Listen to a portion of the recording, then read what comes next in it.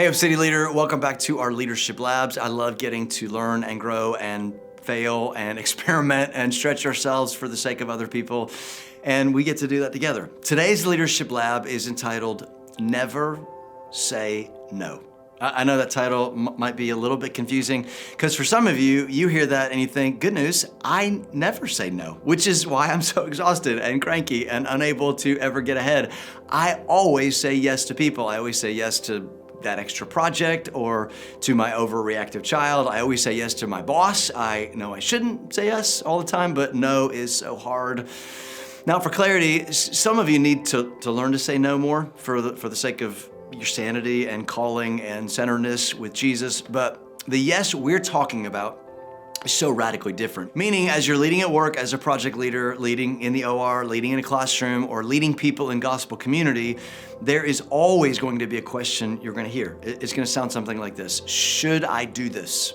Can I be part of this team? Can I take the next step towards my promotion? And the answer that is desired is yes, right? I mean, they wouldn't be asking you if they wanted you to say no. But the thing is, and of course we all know this to be true, not every question can be or should be answered with a yes. Sometimes the most obvious answer is no way, not you, not ever.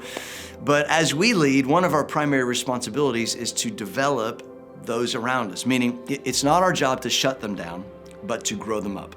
For example, every once in a while, someone will try out or audition for the worship team here at church, and it doesn't seem to be a good fit. Like so many teams, a certain skill is required to lead on a Sunday morning. Perhaps that person needs significant work vocally, or they're just beginning on bass guitar, whatever.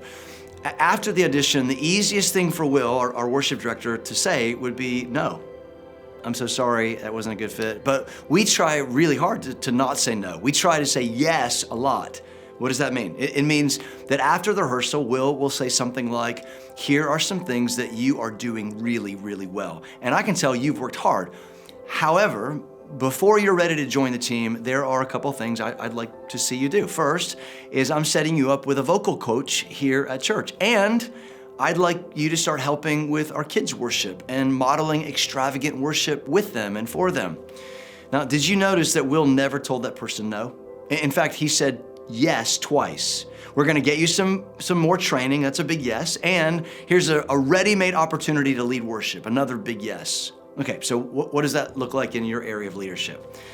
First, it's the reminder that you were raised up by someone. Someone kept saying yes to you when everyone else kept saying no, because no is so much easier to say. And because they said yes, look where you are. You're leading others, getting the opportunity to develop them.